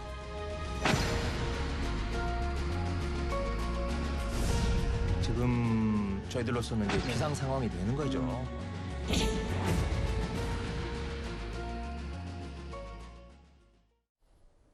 오늘 있었던 가장 중요한 이슈도 될 것 같습니다. 앞서 속보로도 만나봤던 것처럼 이재명 대표가 지난 대선 기간에 대장동과 백현동 특혜 의혹에 대해서 허위 사실, 대장동 일단 빼고요. 백현동 특혜역에 대해서 허위 사실을 공표한 혐의로 불구속 상태로 재판에 넘겨졌는데요. 이 얘기부터 해보겠습니다. 앞서 제가 말씀드렸던 것처럼 원래는 이제 크게 물줄기가 검찰의 시각이 세 가지였잖아요. 대장동, 백현동 특혜역, 그리고 김문기 처장 관련 인지. 대장동은 혐의 없음으로 봤고 백현동 고 김문기 처장 관련은 증거를 특정했다라고 해서 이렇게 해서 불구속 상태로 재판에 넘겼습니다. 우선 이제 대장동부터 말씀드리면은 선거법 관련된 부분만 이제 기소하지 않은 겁니다. 초과이익 환수와 관련해서 보고를 안 받았다고도 얘기하고 건의는 했지만 받아들이지 않았다고 얘기했는데 둘 중에 하나는 거짓말 아니냐 했는데 이 부분은 이제 선거법으로 의율하기까지는 너무 좀 무리한 측면이 있다고 그래서 본안인 이제 대장동 개발 특혜는 계속 수사하되 선거법은 일단 접었고 다만 이런 판단을 하게 된 거는 이제 2018년 경기도지사 선거를 앞두고 이재명 당시 지사가 비슷한 사건으로 대법원에서 무죄 판결을 받았는데 적극적이지 않은 거짓이었다. 이래서 무죄가 났기 때문에 적극적이고 기획된 거짓 이 부분에 대해서 집중적으로 수사를 해가지고 이제 기소를 한 부분인데 하나는 백현동 관련해가지고 협박을 받았다는 부분, 직무유기를 거론하면서 협박을 받았던 부분, 이 부분은 명백하게 거짓이다. 그리고 김문기 씨 관련해서도 개발 1처장이죠. 몰랐다는 부분, 이 부분도 확실하게 거짓이다. 그런 증거를 여러 가지를 이제 확보에 나섰는데 그 중에 하나가 작년 10월 20일 날 국정조사에서 이제 이 두 가지 발언을 한 건데 그것이 질문에 대해서 즉각적으로 답변한 게 아니라 이미 국정감사를 대비하기 위해서 작성한 문답에서 아예 그렇게 하기로 결정을 해서 한 거 아니냐 이런 취지로 검찰이 수사를 했고 그와 관련된 증거를 확보한 것 같습니다. 그래서 우선 선거법으로 기소를 했고 이번 기소와는 별개로 백현동, 대장동 아까 말씀드린 대장동 그리고 김문기 처장 관련된 것도 역시 대장동 관련되기 때문에 본안에 대한 수사도 계속된다 이렇게 보면 될 것 같습니다. 예, 이해가 됐고요. 속보 두 가지만 읽어보겠습니다. 앞서 저희가 잠깐 화면에 잘못 나간 부분이 있어요. 김혜경 씨, 이재명 대표 배우자 김혜경 씨도 기소가 된 거 아니냐? 아닙니다. 일단 검찰은 법인카드 유용 의혹과 관련해서 수행비서 5급 공무원 배모 씨만 재판에 넘겼고 김혜경 씨는 추가 수사하기로 했다 이렇게 밝혔습니다. 불구속 상태로 재판에 넘겼고요. 배모 씨는. 김혜경 씨는 일단 공소시효가 정지됐습니다. 이 부분은 다시 바로잡고 일단 이재명 대표만 선거법 위반으로 기소가 됐습니다. 다시 돌아와서요. 노동일 교수님. 결국은 이 검찰이 이재명 대표를 재판에 넘긴 이유는 의도적으로 적극적으로 유권자를 기망하려는 혹은 속이려는 의도가 있었다. 이렇게 판단하고 증거를 특정했다. 이렇게 받아들이면 되겠습니까? 네, 일단 그렇게 봐야 되겠죠. 제 개인적인 생각입니다만은 대장동 관련 문제라든지 김문기 씨를 알았냐 몰랐냐 이 부분은 얼마든지 이재명 대표 측에서 해명할 수 있다고 봅니다. 같이 찍은 사진 증거를 내놓더라도 그랬네요. 그러나 그때 기억이 안 났습니다. 이렇게 해버릴 수도 있거든요. 예. 그러나 백현동 문제는 당시 국정감사장에서 너무 이재명 대표가 너무 나갔어요. 사실을 보면. 국토부의 협조 요청에서 이렇게 했다 이렇게 하면 괜찮은데 직무유기를 거론하면서 협박까지 했다 이런 것은 사실은 국토부에서 보낸 것이 협조 요청 공문인데 예. 그것은 객관적으로 보아도 선거법상 허위사실 공표에 해당할 수 있는 그런 부분이거든요. 예. 지금까지 일반적으로 과거 선거사범을 이렇게 기소한 그런 부분들을 보면 거고요. 저는 오히려 기소한 것이 이렇게 너무 정치 보복이라고 할 이유는 없다고 봅니다. 왜냐하면 경찰 검찰 수사할 때는 수사의 밀행성 때문에 예. 뭐가 문제인지 제대로 모르는 상황 아닙니까? 그러나 공소장부터 이제 기소한 공소장부터 보면 공개되거든요. 그러니까 투명해지기 때문에 그렇죠. 예. 수사 과정이 공소장부터 투명해지고 그리고 이제 재판은 공개 법정에서 공개 재판하기 때문에 오히려 이재명 대표 측에서 지금 말한 대로 다 해명이 되었다 이렇게 한다면 오히려 낱낱이 모든 기자들이 모든 언론이 지켜보는 그런 공개 재판 과정에서 이 문제가 해명될 수 있기 때문에 저는 이 문제는 이렇게 정치 보복이라고 이 문제를 가지고서 그렇게 규정하고서 전체적으로 이렇게 반발할 필요는 없다고 생각이 됩니다. 저희도 그러면 법적인 거 위주로 볼게요. 지금 자막에 잠깐 나갔던 것처럼 마지막 자막 한번 다시 부탁드려도 될까요? 검찰은 아마 이 백현동 의혹과 관련해서 당시 국토부의 공문과 증거를 확보한 것 같다. 이런 시각이 있고요. 또 하나 앞서 김문기 전 처장 관련해서요. 오늘 일부 보도에 따르면 검찰은 당시 대장동 초과이익 환수 조항을 삭제한 혐의를 받고 있었던 김문기 전 처장과 이재명 대표 사이에 관련 자료를 더 확보한 것으로 보입니다. 나 얼굴 너무 많이 타버렸어. 오늘 시장님하고 본부장님하고 골프까지 쳤다? 오늘 너무 재밌었고 좋은 시간이었어. 이재명 후보는 왜 어째서 아버지를 모른다고 기억이 안 난다고 거짓말을 하는 건지 궁금합니다. 성남시장 재직 시절 표창까지 받고 호주 네덜란드 트램을 같이 가고 유동규 본부장과 함께 골프까지 같이 친 아버지를 현직 신상진 성남시장의 주장에 따르면 언론에 나타나지 않았던 당시 김문기 전 처장과 이재명 대표 간의 관계를 알 수 있는 공개되지 않은 사진이 검찰에 내졌다. 그러니까 김문기 전 처장을 몰랐다고 주장했던 대선 기간의 발언이 허위 사실이다. 이걸 검찰이 정확히 입증했다. 이렇게 받아들이면 되는 거예요? 저도 방송에서 여러 번 이야기했지만요. 고 김문기 전 처장을 몰랐다고 한 발언을 법적으로 과연 어떻게 입증할 수 있을 것인가? 이건 그냥 기억의 문제라고 둘러댔을 때 이게 고의적으로 유권자들을 기망했다고 입증하기 위해서는 증거가 굉장히 많이 필요하지 않겠나 하는 고민을 했습니다. 그래서 이번 사건의 아킬레스건은 역시나 백현동 용도부지와 관련된 허위 발언일 것이다라고 말씀을 많이 드렸었는데요. 그럼에도 불구하고 검찰이 기소에 고 김문기 전 처장과 관련된 이재명 대표의 발언을 포함시켰다는 것은 단순히 기억이 안 난다, 잘 몰랐다는 말 정도로 회피할 수 없는 그야말로 움직이지 못할 증거를 확보했고 나름의 자신감이 있기 때문에 기소 내용에 검찰이 포함시키지 않았나 싶어요. 그 자신감 있는 근거 중에 하나가 신상진 성남시장이 추가적으로 검찰에 제공했다고 알려지는 이재명 대표와 김문기 전 처장의 가까운 사이를 증명할 수 있는 사진이나 동영상, 또 일정 부분 시정과 관련된 서류들이 있을 것이고요. 이제 뒤이어서 말하겠지만 유동규 전 본부장의 진술도 있겠죠. 이게 왜 중요한가? 단순히 김문기 전 처장을 알았다 몰랐다가 중요한 것이 아니라 이재명 대표가 대선 과정에서 김문기 전 처장을 몰랐다고 하는 것은 대장동 개발 관련된 초과이익 환수조항 삭제에 나는 관여한 적이 없다라고 주장하기 위해서 김 전 처장도 몰랐다고 한 것입니다. 만약 김 전 처장을 알았고 대장동과 관련된 보고를 직접 받은 사실이 확인된다면 이건 고의적으로 아주 중대한 사실을 숨김으로써 유권자를 기망한 것이 되기 때문에 허위사실 공표로 인한 공직선거법 위반 중에서도 매우 강도 높은 수위로 이 검찰이 재판 과정에서 처벌해야 한다고 주장할 가능성이 그만큼 높아지는 중대한 사건입니다. 저 부분이요. 저도 휴대전화를 통해서 좀 들었는데 자막 한번 다시 부탁드릴게요. 호주 공식 일정을 빠져서 별도로 골프 쳤다. 이재명 대표와 김문기 처장이 검찰 이걸 좀 입증한 것 같고요. 인적 교류도 있었고 대면 보고도 김문기 전 처장 수차례 받았다. 검찰이 여러 증거들을 특정한 것 같습니다. 단순히 이게 기억의 얘기가 아니라 글쎄 이 정도니까 허위사실 공표로도 검찰이 자신감을 갖는 거 아닌지 어떻게 판단하세요? 그러니까 검찰이 어느 정도 이제 저런 방금 장혜찬 평론가가 얘기했지만은 그걸 확보를 한 것 같아요. 근데 이런 겁니다. 예를 들면은 김문기 처장이 가족한테 나 오늘 이재명 시장님하고 골프도 쳤다? 이게 보여주는 그 영상 있잖아요.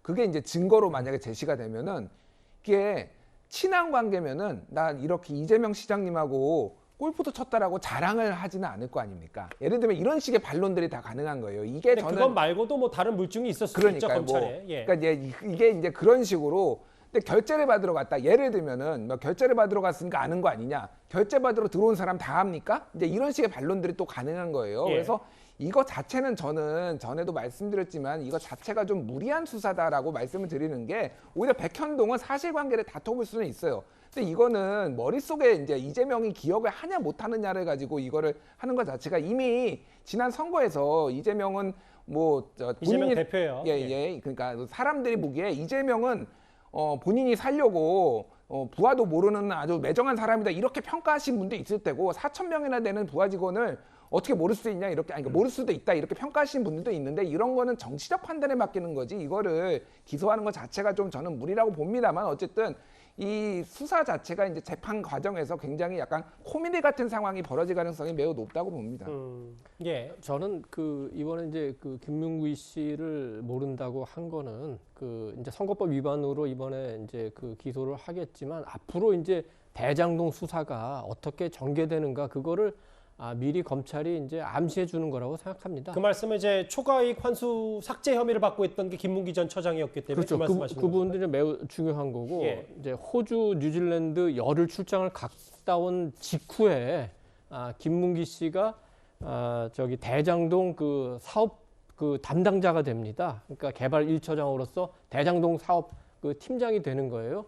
그렇게 돼서 직접적으로 대장동 문제를 담당을 하고 특히 나중에 이제 문제가 됐던 초과이익 환수를 넣느냐 빼느냐 이 논란의 핵심 관계자가 바로 김문기 처장이고 그 논란으로 조사를 받다가 결국 안타깝게도 극단적인 선택을 한 겁니다. 그래서 김문기 씨를 알았냐 몰랐느냐 이 자체가 이 수사를 하나의 중요한 열쇠 가운데 하나이기 때문에 단순히 알았냐 몰랐냐 그런 이재명 대표의 말에 의하면 말꼬투리 잡는 식이 아니라 이 하나의 단서가 그러니까 고구마 줄기처럼 모든 진실을 밝히는 중요한 하나의 출발점이다 이렇게 볼 수 있는 이거는 겁니다. 이제 일부분 단초일 뿐이고 이제 앞으로 1차 수사 마무리하고 일단 재판에 넘긴 다음에 보완 수사를 할 수 있다 이 말씀이신 거죠. 어쨌든 검찰은 이재명 대표가 김문기 전 처장과 호주 공식 일정에서 빠져서 별도로 골프를 쳤고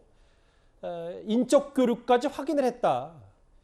변호사실부터 대면 보고 수차례 받았다. 근데 이 부분이 의도적으로 혹은 적극적으로 유권자들을 속인 거 아니냐 이렇게 시각을 좀 보는 것 같은데요. 일단 알겠습니다. 오늘 선거법 위반, 대선 당시 허위사실 공표 혐의로 검찰은 이재명 대표를 이 공소시효 하루 전날 재판에 넘겼습니다. 근데 또 하나 논란거리 이슈가 하나 있는데요. 검찰은요. 쌍방울이 이재명 대표의 변호사비를 대신 내줬다는 의혹도 동시에 수사 중인데 이걸 측근의 대북 사업 지원 의혹으로도 확대하려고 하는 듯합니다. 친구들이 지금 사선들이죠. 저는 이제 저기 뭐야 초선에 머물렀었지만 안민석 의원, 안민석 의원 네. 동지 아니었습니까? 그렇죠. 다 떨어졌었어요. 그 후에는 우리 지사님은? 아니요, 저는 그때는 나가지 않았고요. 뭐 어쨌든 사정이 좀 있었고 지금 경기도에서 제일 잘 일하고 있습니다. 그러니까 앞으로의 계획도 혹시 있으십니까? 그러면? 경기도에서 계속 쭉 일하는 겁니다. 그러시군요. 계약직이라면서요? 네? 지사님이 고용자이기 때문에 네. 고용자가 잘리면 어쩔 수 없이 또 출마해야 되고 안 잘리면 출마하시는 안 잘리면 거고. 계속 일하고. 과거 이재명 대표의 측근으로 잘 알려졌던 이화영 당시 부지사, 지금은 이제 킨텍스 사장인데 대략 3년 동안 법인카드를 1억 원 쓴 정황이 포착이 됐다. 이게 장혜식 평론가님 어떤 의미가 있는 거죠? 아니 이재명 대표는 쌍방울 내복밖에 없다고 했는데 왜 이렇게 이재명 대표와 관련된 곳에서 쌍방울 이 이름이 많이 나오는지 모르겠습니다. 이재명 대표를 변호했던 변호사의 로펌은 쌍방울로부터 뜬금없이 20억 원을 받았다가 다시 돌려주는 이해가 안 되는 자금 거래를 하지 않나. 경기도 부지사, 그 이전에 경기도 선거에서 이화영 전 의원이 선대 본부장을 했었죠. 최측근입니다. 원조를 거슬러 올라가면 이해찬 전 대표의 측근인데 이 이화영의 존재가 이해찬과 이재명의 밀월 관계를 증명해 주는 것이다라는 정치권에서의 평가가 많았습니다. 경기도 평화부지사로 재직하던 시절 한 달에 수백만 원 이상씩 총 1억 원의 법인카드를 썼다라는 혐의가 포착되어서 검찰이 압수수색에 들어갔고 뭐 또 여러 가지 수사가 진행 중인 것으로 나오고 있는데요. 왜 이렇게 쌍방울이 이재명 대표 주변에서 그 측근들 주변에서 많이 발생합니까? 또 여기서 한 가지 알려지지 않은 사실 말씀드리면 이 이화영 전 경기도 평화부지사의 예전 국회의원 시절 보좌관이었던 이한성이라는 인물이 있습니다. 예. 그 인물이 바로 대장동 화천대유의 수익을 나눠 먹는 천화동인 1호의 실소유주였습니다. 왜 이렇게 이재명 대표의 측근들은 쌍방울이랑도 연결돼 있고 대장동, 화천대유, 천화동인이랑도 연결돼 있는 거죠? 여기에 대해서 의혹을 제기하는 거 너무나 합리적인 거 아니겠습니까? 말씀하셨던 것처럼 마무리 멘트 하셨던 것처럼 아직까지는 의혹 수준입니다. 이화영 현 사장 당시 평화부지사는 이재명 지사 시절에 여러 대북 사업을 주도했었습니다. 대한민국 최초로 대한민국 지방정부의 초청에 응해주신 북측 대표단 여러분, 역사적인 발걸음을 온 마음으로 환영합니다. 남과 북 나아가 아시아 태평양이 함께 손을 맞잡고 열어가는 평화와 번영을 우리 경기도가 든든히 뒷받침하겠다고 약속드립니다. 이재명 지사께서도 계속 함께 북측하고 동행을 하면서 여러 가지 많은 대화가 있었습니다. 저희들이 기존에 발표했었던 북측과 합의했었던 여러 사항에 대해서 차질 없이 잘 준비해 나가기로 했었고, 저 부분 때문에 쌍방울이 경기도를 우회 지원한 거 아니냐 이런 의혹 불거졌는데요. 일단 오늘 공직선거법 위반 혐의로 재판에 넘겨진 이재명 대표 얘기까지 정리해봤습니다. 목요일 뉴스 탑10 준비한 소식은 여기까지입니다. 저희는 추석 연휴 첫날인 내일도 저희 뉴스 탑10 여러분을 기다리고 있겠습니다. 곧바로 뉴스 A가 이어집니다. 여러분 고맙습니다.